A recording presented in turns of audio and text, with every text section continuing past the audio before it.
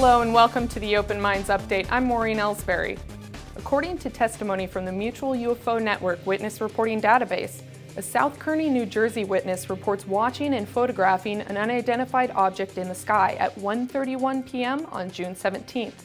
The witness, along with a coworker who both remain nameless, were watching an incoming thunderstorm when they saw the object. These three images, along with the MUFON report, were filed on June 17th, but the report has yet to be fully investigated. Where do you think the UFO capital of the world would be? Well, according to the STV network, it's in Bonnybridge, Scotland. Reports claim there have been over 300 sightings a year in this city alone. STV's webcast The Hour interviewed one of its own Scottish UFO experts, Ron Halliday. In fact, a lot of it is centred in one particular place, isn't it? Bonnybridge. That's right, Tony. I mean, Bonnybridge, again, has been labelled the UFO capital of the world because there have been reportedly thousands of UFO sightings over the years, and footage and all kinds of strange things happening around there. On the entertainment front, one person who continually seems to be able to turn the UFO topic into cash is Steven Spielberg. The release of his latest film, Super 8, which topped the box office its first week out, has grossed over $73 million in just 2 weeks. I've got property damage, I've got theft. I've got 9 people missing now. There are things happening around here that I can't explain. Spielberg also had the highest-rated cable television premiere of the year on June 19th with his new series, Falling Skies. The show, which airs on TNT and stars Noah Wyle, picks up about 6 months after aliens have invaded Earth. Wyle plays second in command of a resistance force trying to reclaim Earth. So what are we doing? Running? Regrouping? Just hope Porter knows what he's doing. Retreat, regroup, return, revenge.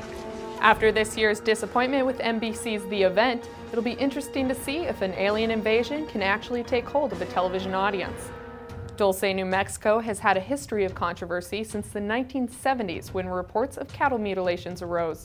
Since then, reports of UFO sightings and underground military bases have circulated across the internet. This has caused speculation about the credibility of the sources of these reports. One of the names that arose from all of this is Anthony Sanchez. Sanchez claims he spoke with a retired colonel that was in one of the alleged underground bases inhabited by aliens. Anthony released an ebook based on his interview with the colonel, who he refers to as Colonel X, and it has come under much scrutiny from many in the UFO community. Mr. Sanchez has never granted a television interview until now. Open Minds' Michael Schratt sat down with Anthony and questioned him about his background and what he has to say to his critics. Michael? Thanks, Maureen. I had been in correspondence with Anthony over the past few months through email. A couple of weeks ago, Anthony made the trip to the Open Minds studio, and here's a small excerpt from our interview. Anthony, tell us a little bit about your background and what got you started in this line of research.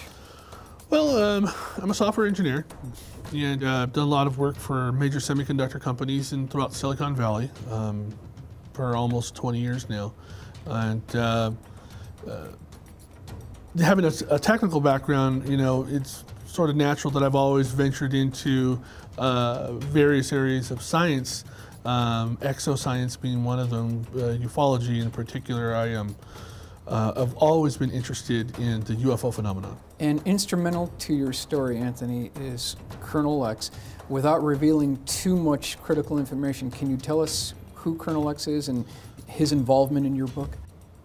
Colonel X is this person who came about through one of my sources and who was familiar with some of the work that I had done on my human origins. Where that was my passion. Human origins is a passion. I've always been a big fan of Lloyd Pye and the research from Zecharia Sitchin, and I've always tried to consolidate and augment and expand upon those works based on some of the personal beliefs that I have. And I had a blog at one of the semiconductor firms that I worked at. Before I knew it, it just started expanding, and I had a lot of people there that were interested in what I was talking about.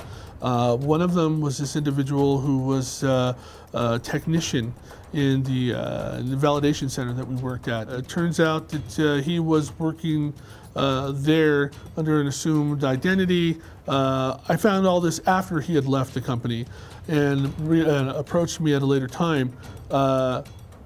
he was part of this organization, and the colonel had to be was also a part of this organization. These are former government workers and military personnel who were part of projects that they believe, to some extent, are endangering their lives now. So they formed this, this group that it's a collective that allows them to, protect themselves to some extent. This person that I worked with shared some of my work with the colonel, and the colonel in turn wanted to speak with me based on some of my findings. Can you tell us about what has become known as the greatest discovery of all time? Well, I think that what we're finding is that bits and pieces of this event are coming forward. They're coming out through people that live in the area, discoveries that people like myself and Norio Hayakawa are making through analysis and research of historical texts from the Hickory peoples themselves, documented events that occurred throughout the 1940s and 50s within the region. Okay. All of it, pointing back to this discovery of this chamber, which was essentially an entrance to this underground facility, and what we know of inside of the facility is just of a tremendous nature. What would you say to the skeptics who might have questions regarding his account? I've never been in the military. I don't know. I can't fabricate half the locations he mentioned, let alone protocols that he, mentioned. It's not something that, a person with no military background can readily make up. This had to come from someone who was there, somebody who experienced it, somebody who actually was involved in such events, and I wasn't even born. This is only around 4 minutes of what was an almost 30-minute interview. In the upcoming weeks, we will be posting more of this interview on our YouTube channel. Maureen? Thank you, Michael. Open Minds also produces a bi-monthly magazine, so let's check in with its editor, Angela Rayo. Angela? Thanks, Maureen. Some of the intriguing articles in the next issue of Open Minds magazine are ones like The Lanzi Abduction by Umberto Vizzani, where he gives readers an inside look at the alien abduction experience of Valerio Lanzi and a group of Boy Scouts on a wooded hill in Italy's Genoa province back in 1982. Another fascinating story comes from Kathleen Martin.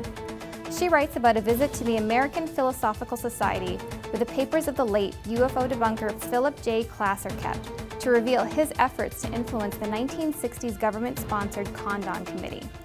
However, the most captivating stories in our next issue are focused around the UFO influence in Hollywood. The first is an in-depth look at how the UFO extraterrestrial theme has invaded America's entertainment industry, from pop music to TV shows and Hollywood blockbusters. The article is written by Jason McClellan. UFOs have invaded America's entertainment industry, and the onslaught shows no signs of relenting. The UFO extraterrestrial topic penetrates every facet of the industry, but the prevalence is not a new phenomenon. Entertainment producers have embraced UFO ET themes since the early days of mass media, and these themes have become even more prevalent in recent years. American consumers have an appetite for alien-themed content, and producers are scrambling to meet the demand by saturating the music, television, and film industries with as many UFO ET-related references and products as possible. The second cover story, by Alejandro Rojas, features the profiles of 3 prominent actors, Dan Aykroyd, Jackie Gleason, and Shirley MacLaine, and famous director Steven Spielberg, and their advocacy and support of ufology.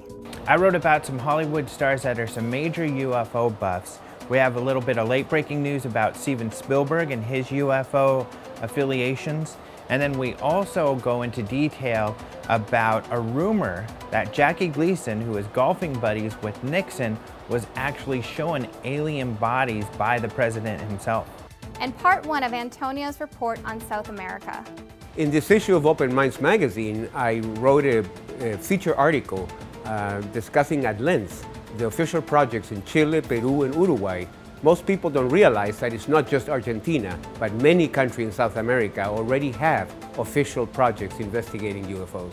This issue also contains a revisiting of the Cash Landrum case, an interview with Bill Hussung, and remembering Dr. J. Allen Hynek, plus many more.